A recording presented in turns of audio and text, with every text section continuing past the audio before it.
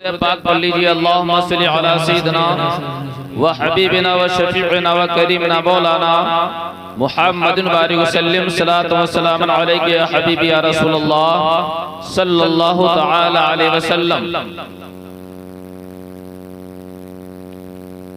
आज बहुत सारी तकरीरें, बहुत सारे इज्तिमाआत हो रहे हैं, लेकिन उन तकरीरों से और उन इज्तिमाआत से हम बहुत कुछ सीखने से रह जाते हैं, अमल नहीं कर पाते हैं और हम खसारे में चले जाते हैं। उसकी मेन वजह क्या है? क्या इसके ऊपर कभी हमने और आपने गौर किया है? अगर इस बात के ऊपर हम लोग गौर कर लें तो हम खसारे में नहीं जाएंगे, और अगर किसी मकाम के ऊपर किसी जगह पर खसारा हो जाएगा तो उसका इजाला भी फौरन ही हो जाएगा। वो क्या है? वो चीज है जो सबसे पहली चीज नाफरमानी का बाइस बनी, वो चीज हमारे अंदर हो जाती है। सबसे पहले नाफरमानी की चीज का जो वजूद हुआ है, जो आई है, वो क्या है? वो है गुरूर और घमंड। इससे पहले नाफरमानी की कोई चीज नहीं हुई। जैसे रब्बे कायनात ने जब सारे फरिश्तों को हुक्म दिया, जिसमें इब्लीस भी शामिल था, और कहा गया कि तुम आदम की तरफ सजदा करो, आदम की तरफ सजदा करो, आदम को सजदा करो। तो जानते हो फरिश्तों ने सजदा किया था, फरिश्तों ने सजदा किया। इतना तो आप लोगों ने सुना है, सजदा किया था। और जो इब्लीस लईन था उसने सजदा नहीं किया था। क्या वजह थी? उसके अंदर घमंड आ गया। सबसे पहली चीज जो उसने रब के हुक्म से इनकार करने पर जो उसको उभारा है जिस चीज ने, वो क्या है? घमंड, वो गुरूर है, वो तकब्बुर है। और उसने यही कहा, और घमंड जब होता है तो वो सारी चीजें भुला देता है। इंसान को सारी चीजें फर्मा बरदारी की वो भुला देता है।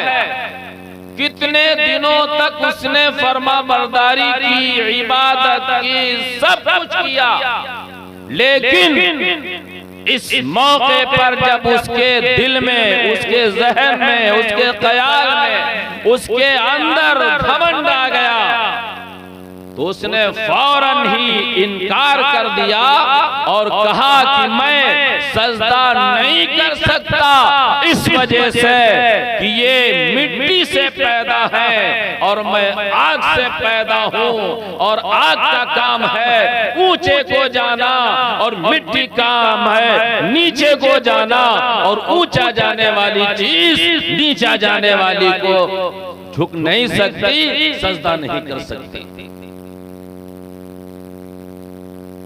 ये उसके अंदर घमंड पैदा हुआ, गुरूर पैदा हुआ, तकब्बुर आया। तो इस एक तकब्बुर ने गुरूर ने, घमंड ने ये देखने न दिया कि आखिर मुझे कहने वाला है कौन। उसके घमंड ने उसे देखने न दिया कि आखिर ये कहने वाला है कौन, कौन साथ मुझसे कह रही है। अगर वो सोचता तो सोच सकता था कहने वाली वो जात है जिसने हमको पैदा किया है। अगर वो पैदा न करता तो हम पैदा न होते। जिसने हमको जिंदगी दी है अगर वो जिंदगी न देता तो हम जिंदा न होते। लेकिन उसके घमंड ने ये सब कुछ भुला दिया, सब कुछ भुला दिया। और जब सब कुछ भूल गया तो एक घमंड ने सारी इबादतों को मलिया मेट कर दिया। जन्नत में रहना खत्म कर दिया, जन्नत का आना जाना बंद कर दिया। आज भी जब हमारे सामने अल्लाह और रसूल की बात आती है कि हमारा रब ये कह रहा है, हमारे नबी ये फरमा रहे हैं, तो हमारे दिल के अंदर एक तरह का घमंड आता है, गुरूर पैदा होता है। और उस गुरूर की बुनियाद के ऊपर हम अल्लाह की बात को मानने से इनकार कर बैठते हैं, रसूल की बात को मानने से इनकार कर बैठते हैं। अल्लाह और रसूल की बात को हम मानने के लिए तैयार नहीं होते हैं। एक तो ना मानना ये होता है कि हम जबान से कह दें कि हम नहीं मानेंगे, और एक ना मानना ये है कि उसकी तरफ हम तवज्जो न दें और हम उसके ऊपर अमल न पैरा हो जाए। ये भी गोया कि न मानना। ऐ मेरे प्यारे इस्लामी भाइयों, हमारे अंदर कुछ है, हमारा नफ्स इतना मोटा हो गया है कि हम अल्लाह और रसूल की बात को अहमियत नहीं दे रहे हैं। तो लाख जलसे जुलूस हो जाए हुआ करे, लाख इज्तिमाअत हो रहे होते रहे, हमारी सेहत के ऊपर कोई असर पड़ नहीं रहा, क्योंकि हमने अपने आप को समझ रखा है कि हम कुछ हैं। ऐ बंदे, जिस दिन तुमने हमने ये समझ लिया कि हम कुछ नहीं है, हम आजिज हैं, हम मजबूर हैं, उसी दिन जब हम सुनेंगे रब का फरमान ये है तो हम मानते हुए नजर आएंगे। जब नबी का फरमान सुनेंगे तो हम मानते हुए नजर आएंगे। हमारे नबी ये फरमा रहे हैं। आज हमने अपने आप को कुछ समझ लिया है। हमने तो यहां तक समझ लिया है कि जो कुछ होगा तो देखा जाएगा।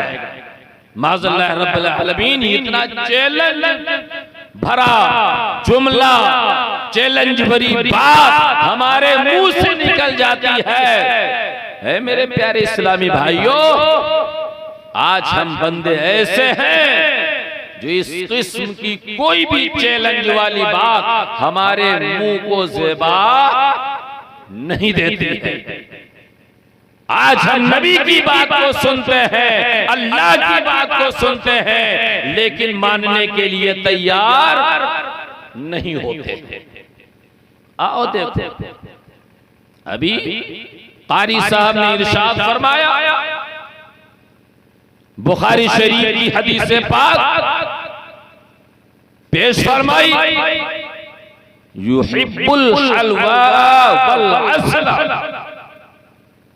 नबी पाक सल्लल्लाहु तआला अलैहि वसल्लम हलवा को और शहद को पसंद फरमाते थे। बुखारी शरीफ की हदीस पाक। और बुखारी शरीफ वो किताब है जो कुरान शरीफ के बाद सबसे अफजल आला किताब है। सबसे अफजल आला कुरान शरीफ के बाद। हदीस की बहुत सारी किताबें हैं, दर्जनों, पचासों, सैकड़ों हदीस की किताबें हैं। चंद किताबें मशहूर हैं, उन सारी हदीस की किताबों में बुखारी शरीफ सबसे अफजल और आला है। उसकी हदीस पाक कारी साहब ने पेश फरमाया। पढ़े लिखे लोग जानते भी हैं, नहीं पढ़े लिखे हैं तो पढ़े लिखों से सुन रहे हैं।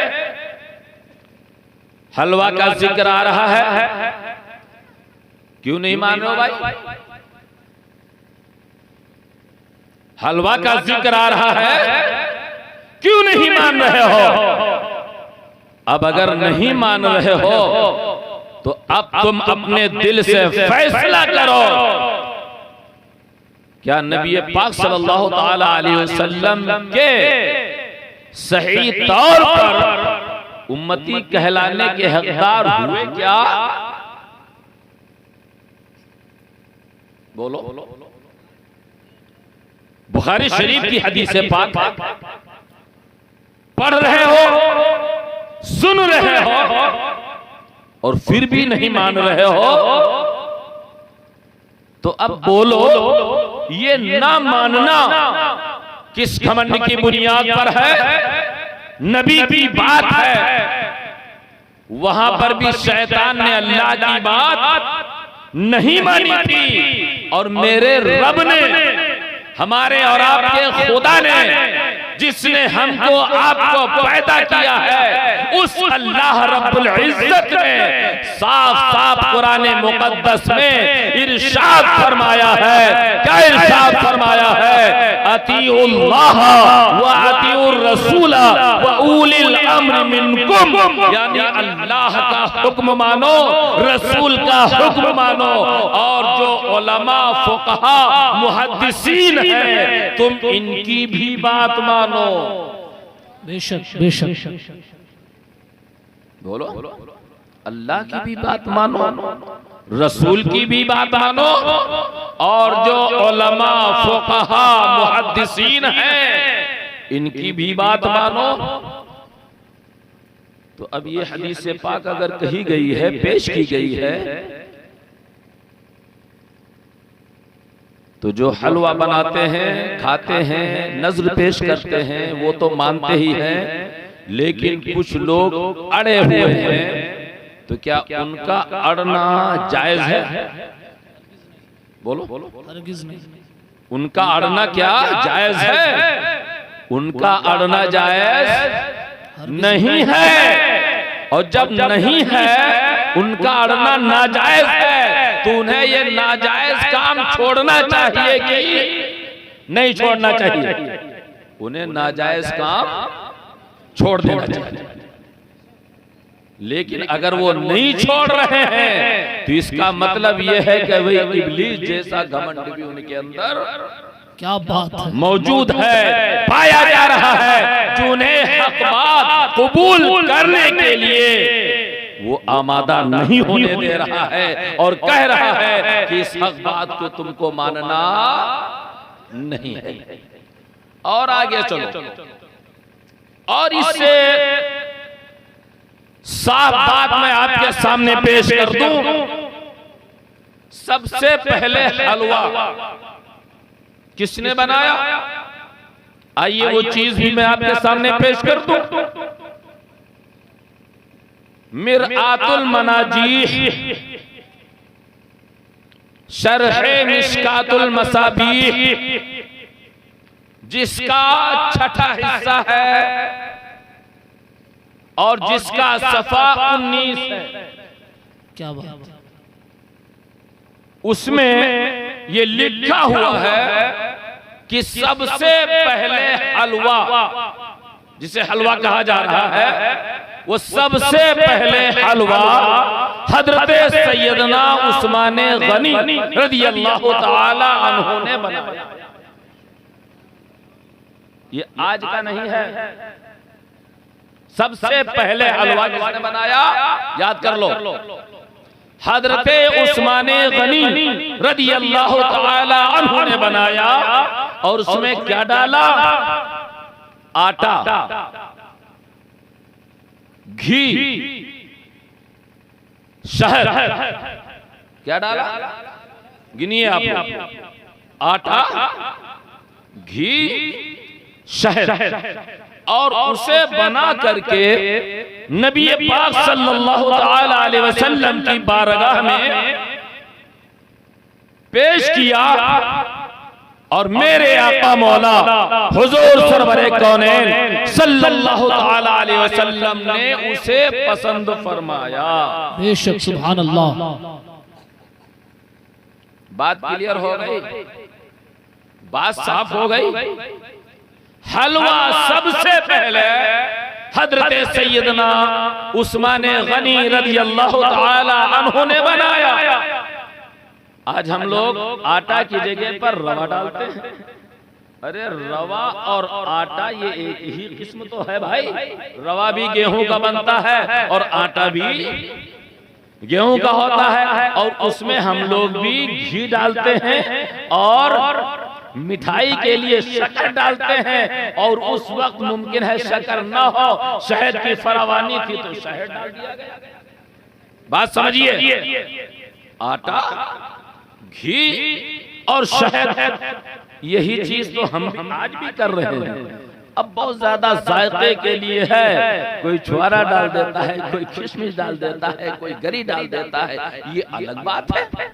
आप उसको अपने लिए लजीज बनाने के लिए और भी कुछ डाल देते हैं, वो तो एक अलग बात रहे। लेकिन हलवा का सबूत तो मिला ना, मिला कि नहीं मिला? बोलो, मिल गया। और कहां से मिला? उस जमाने से मिला जिस जमाने को मेरे आका मौला सल्लल्लाहु अलैहि वसल्लम इरशाद फरमाते हैं कि सारे जमानों से बेहतर मेरा जमाना है। सुभान अल्लाह, सुभान अल्लाह। सारे दौर से अच्छा मेरा दौर है, सारे जमानों से बेहतर आला अफजल मेरा जमाना है।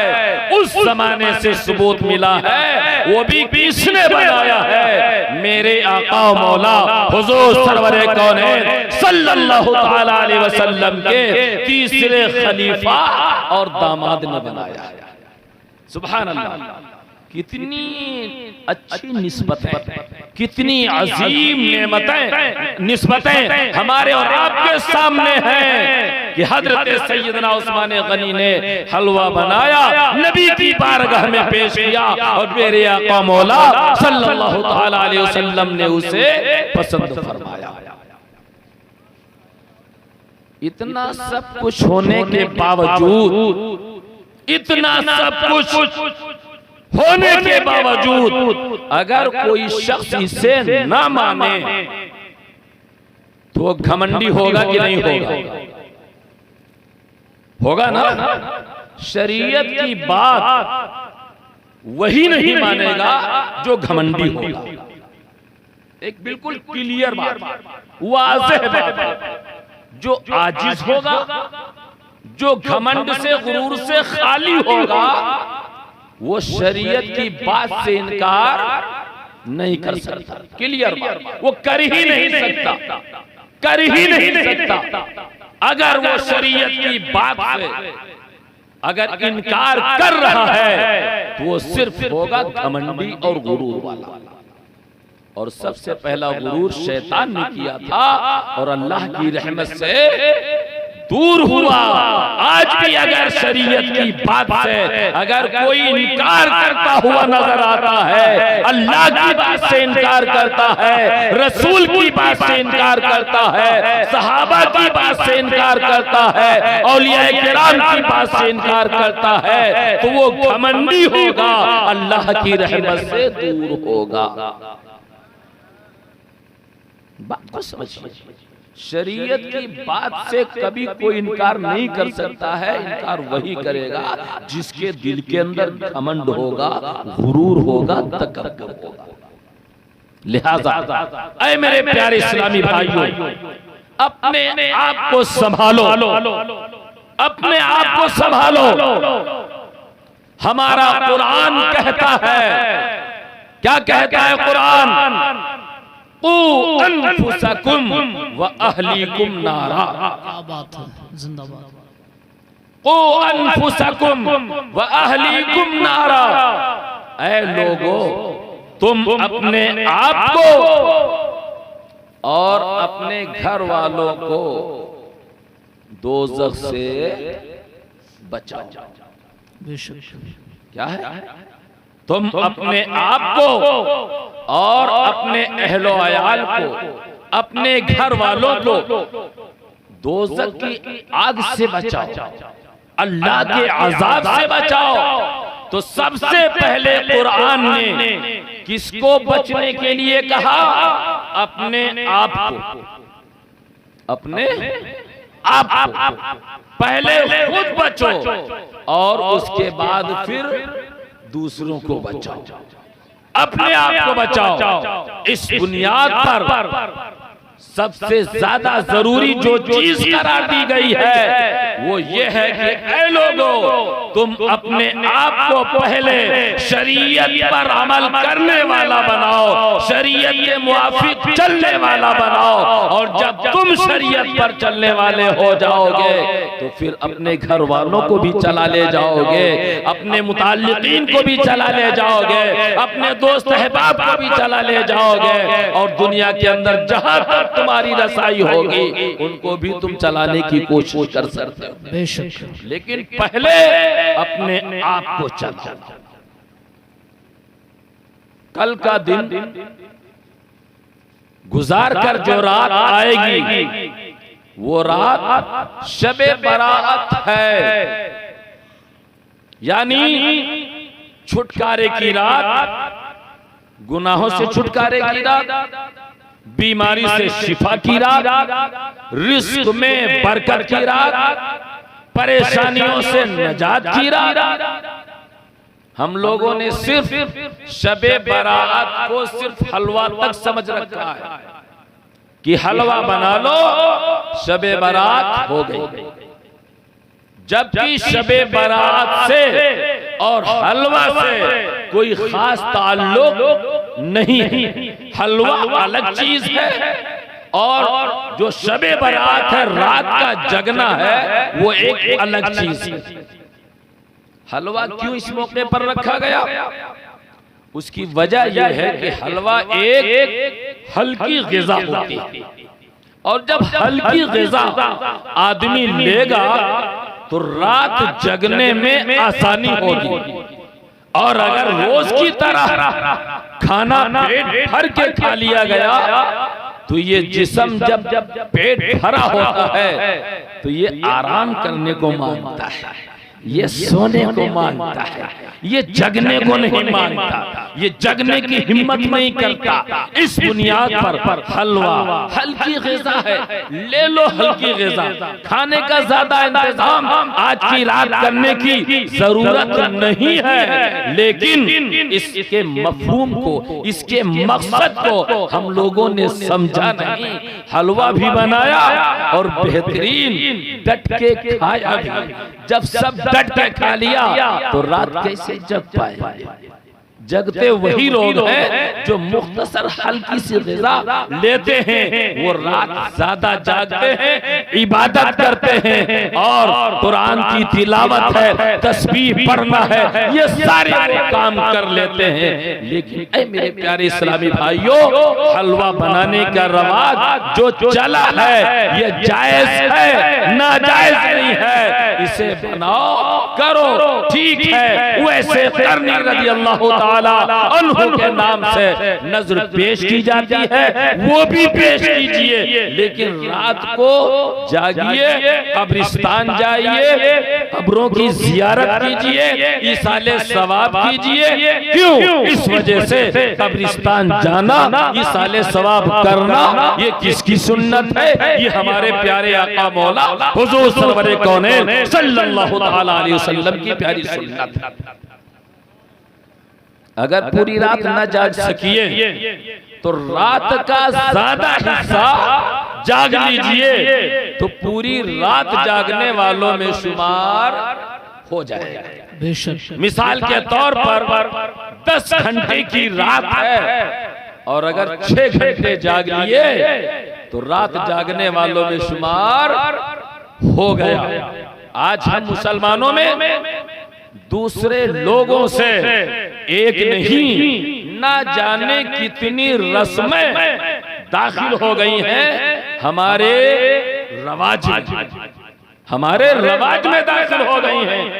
आज ये शबरात के दिन पटाखे दगाना, गोले दगाना, ये सब बड़ी धूमधाम से हमारे घर के लोग, बच्चे लोग करते हैं और बड़े शौक से हमारे घर के मुखिया लोग बच्चों को पैसा दे देते हैं या घर से दूका बाजार से ला करके दे देते हैं और कहेंगे बेटा हमारा फुलझड़ी जलाएगा, पटाखे जलाएगा, गोले दागेगा, ये करेगा वो करेगा। अरे मेरे प्यारे इस्लामी भाइयों, याद रखो, अरे कब सुधरोगे?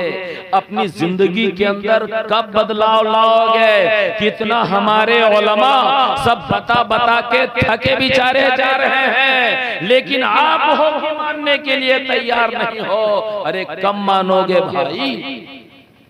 हमारे उलमा बराबर बता रहे हैं, पटाखे, फुलझड़ी, ये वो जो शबरात के मौके पर जलाते हो, दगाते हो, ये सब क्या है? ये सब नाजायज़ो हराम है। क्या है?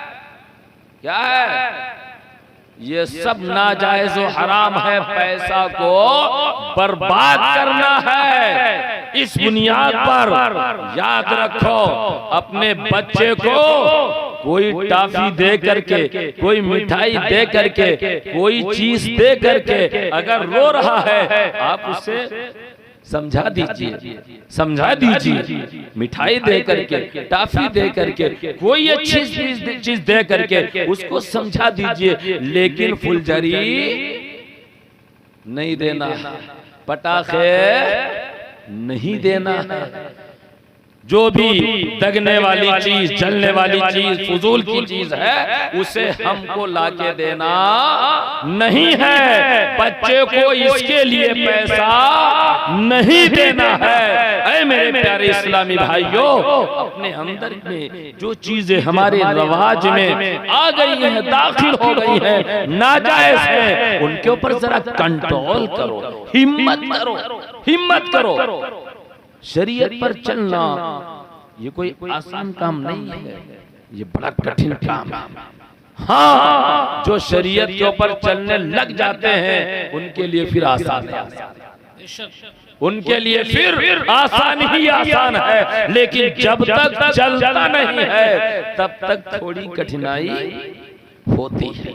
लेकिन अगर चलने का इरादा कर लेता है पक्का, तो शरीयत पर चलना बहुत आसान होता है। और जो ये हमारे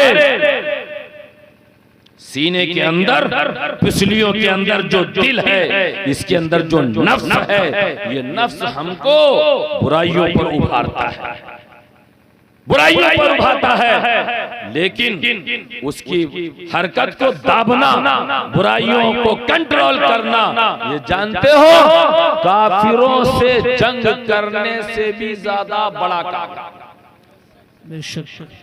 काफिरों से जंग करने से भी ज्यादा बड़ा काम है। इसलिए कि मेरे आका मौला हुजूर सरवरे कौनैन सल्लल्लाहु तआला अलैहि वसल्लम एक मर्तबा जिहाद से, जंग से, काफिरों की लड़ाई से वापस आए, तो जो आपने इरशाद फरमाया उसका मफहूम मैं पेश कर रहा हूं। मेरे आका ने इरशाद फरमाया कि हम छोटे जिहाद से बड़े जिहाद की तरफ पलट के आए।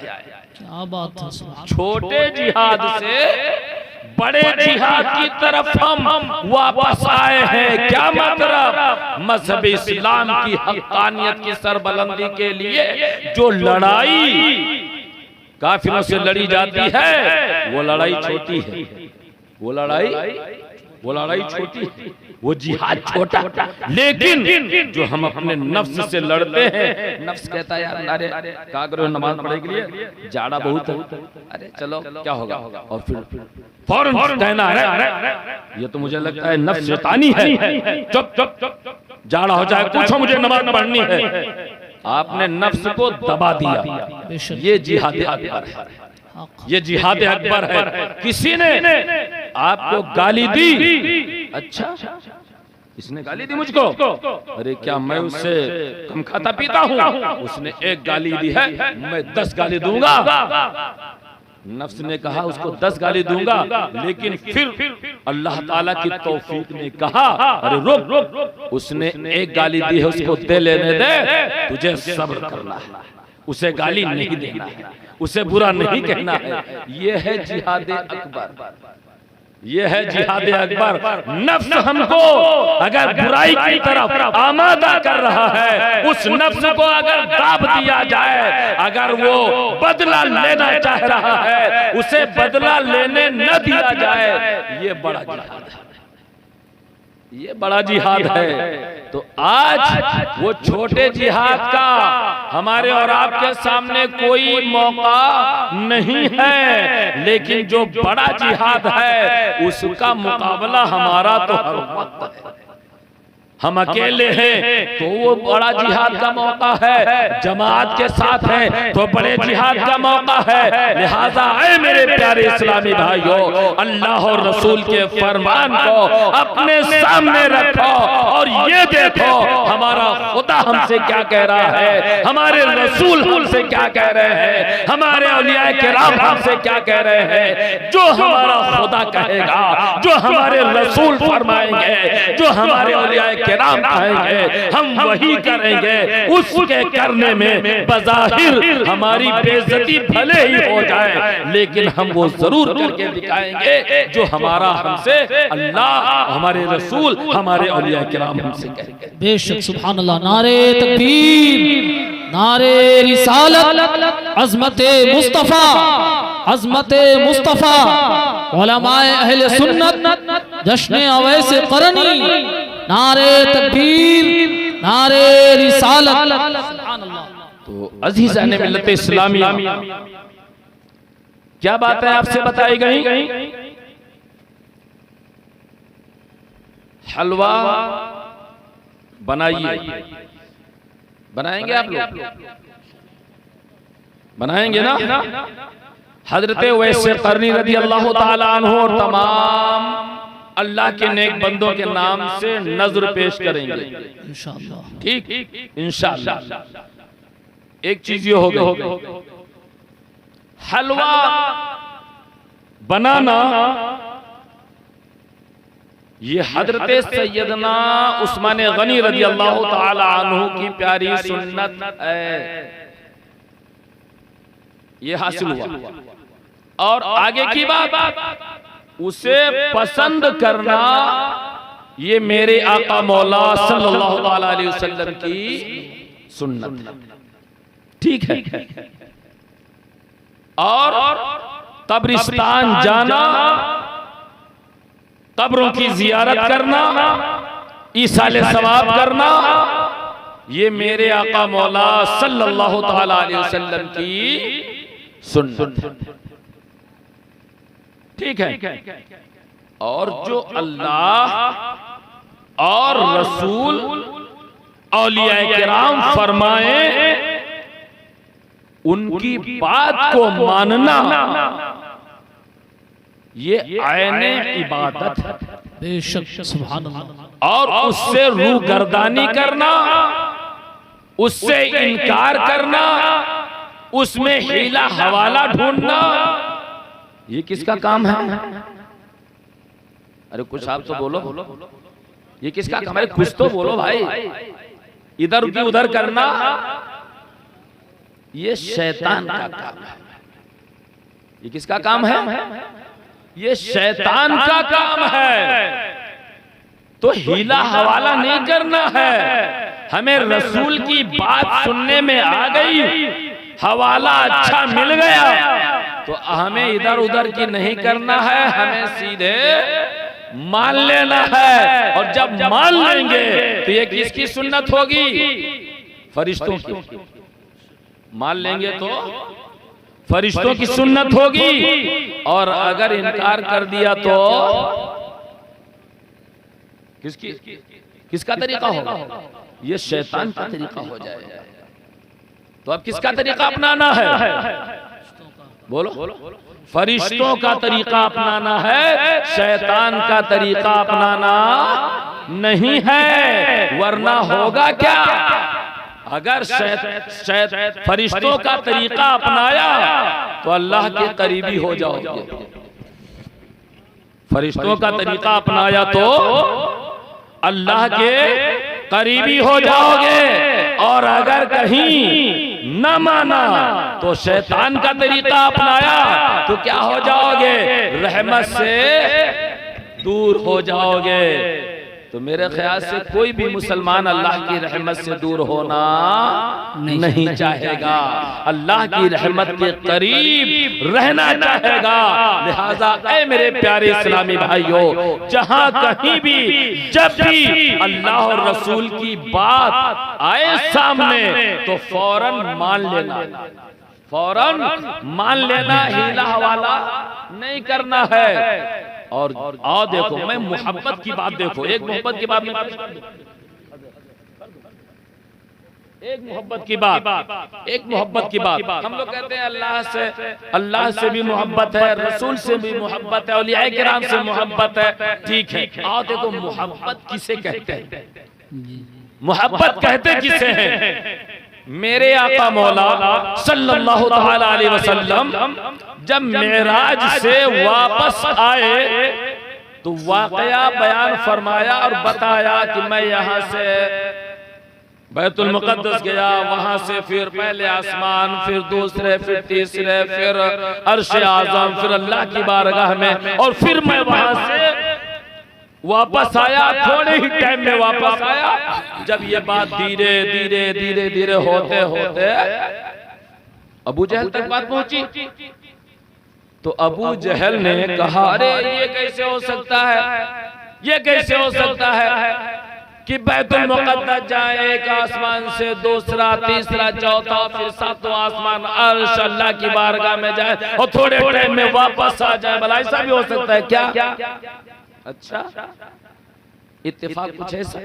हजरत सैयदना सिद्दीक़ अकबर रज़ियल्लाहु तआला अन्हु से मुलाकात हो गई। सुभान अल्लाह, मुलाकात हो गई, जिक्र चिढ़ गया, जिक्र छिड़ गया इसी बात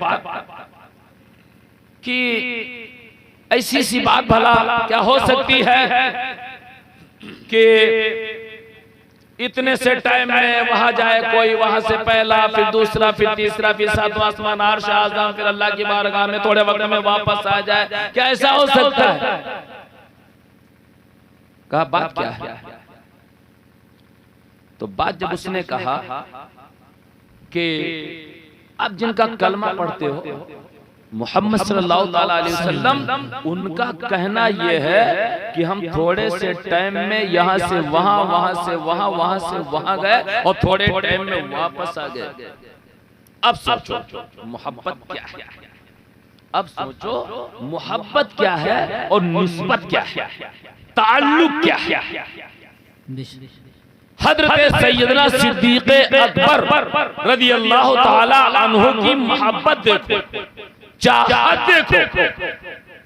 जैसे ही यहां से वहां जाने की बात का ताल्लुक नबी पाक सल्लल्लाहु अलैहि वसल्लम के तरफ जाता है, बगैर कुछ सोचे समझे, बगैर कुछ रुके फौरन इरशाद फरमा फरमाते हैं, अगर मेरे आका मौला सल्लल्लाहु अलैहि वसल्लम इरशाद फरमा रहे हैं तो बिल्कुल ये हक है, इसमें सुभान अल्लाह, बेशक बेशक, सुभान अल्लाह, सुभान अल्लाह, बेशक, ये मोहब्बत है। सुभान नबी से निस्बत बात की हुई, फिर कोई बात नहीं, बेशक, फिर कुछ सोचना नहीं है, फिर गौर नहीं करना है, फिर कुछ नहीं इधर उधर करना है। नबी की निस्बत गई, मेरे नबी ने फरमाया है, बस तब तो ये बात बिल्कुल सच्ची है। सुभान अल्लाह, इसे कहते हैं मोहब्बत, मोहब्बत, इसे कहते हैं चाह। जब देख लिया मेरे नबी ने ये बात फरमाई है तो फिर ये बात हमको मानना है। अब इनकार करने की कोई गुंजाइश नहीं, नहीं। मेरे नबी ने फरमाया है तो सही है, मुझे मानना भी है और मुझे करना भी है। सुभान अल्लाह, लिहाजा ऐ मेरे प्यारे इस्लामी भाइयों, ये दो चंद बातें मैंने निस्बत के लिए पेश की हैं, वरना जहां कहीं भी हमारी जिंदगी में बात आ जाए, मेरे रब ने कहा है मुझे मान लेना है, मेरे नबी ने फरमाया है मुझे मान लेना है, हमारे औलिया किराम ने फरमाया है मुझे मान लेना है, मेरे मुहद्दिसीन ने, सहाबा ने फरमाया है मुझे मान लेना है, कोई इधर उधर का हिला वाला नहीं करना है। लिहाजा ऐ मेरे प्यारे इस्लामी भाइयों, एक मजलिस में, एक महफिल में, एक रात में बहुत सारी बातें नहीं की जा सकती हैं। चंद बातें जो आपके सामने पेश की गई हैं, मैं समझता हूं, मुझे उम्मीद है कि आपकी समझ में बातें आ गई होंगी। अब समझ में आने के बाद आपकी जिम्मेदारी बनती है, आपका हक बनता है, और 50% हक बनता है, 75%, 90%, कितना बनता है? 100%, 75%, 80%, 75% नहीं। जब बात आप तक दीन की पहुंची है तो कितनी मानना है? 100%, 100% मानना है, क्योंकि बात समझ में आ गई।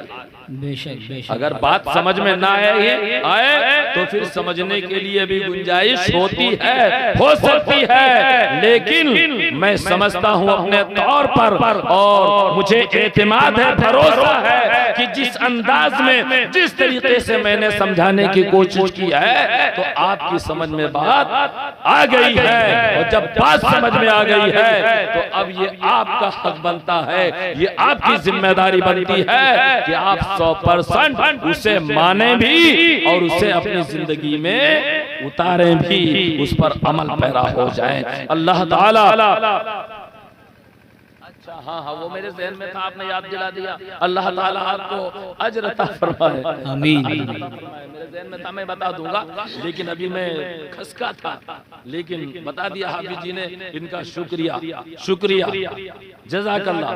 क्योंकि कोई भी आदमी अगर अच्छी बात को बताए तो उसका शुक्रिया अदा करना चाहिए, उसका शुक्रिया अदा करना चाहिए। बेशक बेशक, इसलिए कि हदीस से पाक में है, ये शीरीनी भैया वहीं रखो, मैं खत्म करने वाला हूँ, वहीं रखो शीरीनी। हाँ देख लो, हाँ, अरे तुमसे ज्यादा हमको फिक्र, हाँ तुमसे ज्यादा हमको फिक्र, हाँ जी जी,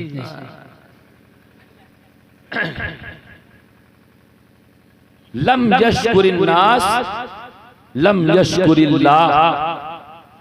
जिसने लोगों का शुक्रिया नहीं अदा किया, उसने अल्लाह का शुक्रिया नहीं अदा किया। आप कहते होंगे यार ये शुक्रिया क्या चीज है? लोग बोलते हैं थैंक यू, है ना, अंग्रेजी में थैंक यू, ठीक है। हाँ, शुक्रिया, शुक्रिया बहुत बड़ी चीज है। शुक्रिया क्या है? बहुत बड़ी चीज है। कहा गया है जिसने लोगों का, आदमी का, अपने मोमिन भाई का, इंसान का शुक्रिया नहीं अदा किया, उसने अल्लाह का शुक्रिया नहीं अदा किया, अल्लाह का शुक्र नहीं अदा किया। अब शुक्रिया जानते होता क्या है? हमारे पास कपड़ा सिलना है या बिछौना सिलना है, लिहाफ में धागा डालना है, बड़ी सुई नहीं है, पड़ोस के पास सुई है, मांग के ले आए और लाने के बाद हमने अपना बिछौना सिला, लिहाफ में धागा डाला, अपना कपड़ा सिला और फिर उसकी सुई उसके घर दे आए। इतना ही करते हैं ना हम लोग जी। इसके आगे तो कुछ करते वरते नहीं। हाँ, करना चाहिए, हम लोगों की आदत नहीं है। करना क्या चाहिए? करना ये चाहिए, भाई साहब आपका शुक्रिया, आपने सुई दी, हमारे लिहाफ में धागा पड़ गया। शुक्रिया आपका, आपने सुई दी, हमारा बिछौना सिल गया। आपका शुक्रिया, आपने सुई दी, हमारा लिबास सिल गया। सुई कौन बहुत बड़ी चीज है, लेकिन नहीं, शुक्रिया अदा करना ये आपका हक है। आपने उसके सामान से काम चलाया, आपने अपनी जरूरत पूरी की है, आप उसका शुक्रिया अदा कीजिए। समझ लीजिए। और एक मिसाल के तौर पर हम जा रहे हैं, हमको जाना है बिस्वा, यहाँ पे पहुंचे नहर पे, एक आदमी वहां पर है, मुलाकात हो गई, कहाँ जा रहे हैं? मेरी गाड़ी का रुख लहरपुर की तरफ हो गया, मुझे मान लीजिए कि पता नहीं है। कहाँ जा रहे हैं भाई साहब? कहा बिस्वा जा रहे हैं। अरे बिस्वा जा रहे हो? अरे बिस्वा जा रहे हो तो अपनी मोटरसाइकिल का रुख इधर पूरब को करो ना, इधर तो जाओगे तो लहरपुर चले जाओगे। तो मैंने कहा अच्छा, ये लहरपुर गया है रास्ता पश्चिम की तरफ। हाँ, ये पश्चिम तरफ जाओगे तो लहरपुर पहुंच जाओगे, तुमको बिस्वा जाना है तो पूरब की तरफ आप जाइए। मैंने गाड़ी मोड़ी और चल दिए, आगे कुछ नहीं कहा हमने। रह गया ना कहने को, रह गया ना, क्या रहा? शुक्रिया अदा करना रह गया। जी। हमें शुक्रिया अदा करना है कि भाई साहब आपका शुक्रिया, अगर आप न बताते तो मैं लहरपुर पहुंच जाता, मुझे तो बिस्वा जाना था। आपका शुक्रिया, आपने मुझे रास्ता बता दिया। जी जी, आपका शुक्रिया, आपने मुझे रास्ता बता दिया।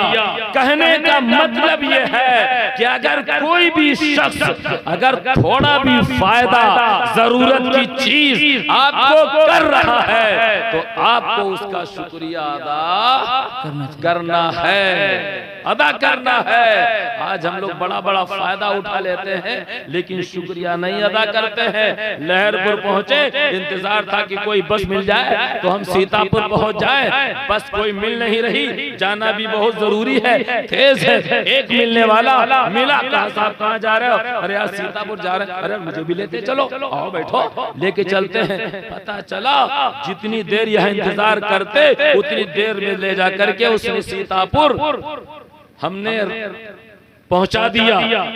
सलाम अलैकुम, वालेकुम सलाम। वो उधर चला गया, वो उधर चला गया। जो हक था वो हमने नहीं अदा किया, हमने अदा किया नहीं अदा किया। जबकि उसने कितना काम बताया, हमारा वक्त भी उसने बचाया, हमारा वक्त भी बचाया और उसने जेब खर्च भी बचाया। बेशक कम से कम लहरपुर से सीतापुर का 25, 30, 40 रुपया, 50 रुपया तो होगा ही किराया। उसने रुपया भी बचाया, वक्त भी बचाया, लेकिन हमने शुक्रिया नहीं अदा किया। हमें फौरन कहना है बाइक सवार से कि मेरे भाई आपका शुक्रिया, आपकी नवाजिश, आपने मेरा वक्त भी बचा दिया और आपने मेरा पैसा भी बचा दिया। जी जी, ये शुक्रिया अदा करना जरूरी है। तो मैं तो खसका था, जहन से बात निकल गई थी, लेकिन हाफिज साहब ने मुझे याद दिला दिया। इस दुनिया पर मुझ पर लाजिम है, लाजिम बना कि मैं हाफिज साहब का शुक्रिया अदा करूं। मसला ये है, बुजुर्गों ने इरशाद फरमाया कि जो कल की रात आएगी, कल की रात, अब आज की रात तो हम लोग अल्लाह के जिक्र से गुजर ही रहे हैं। जो कल की रात आएगी 14 और 15 के बीच की रात, इस रात में इस्लामी जिंदगी मुफ्ती अहमद यार खान नईमी अलैहि रहमा की किताब है और बहुत अच्छी किताब है।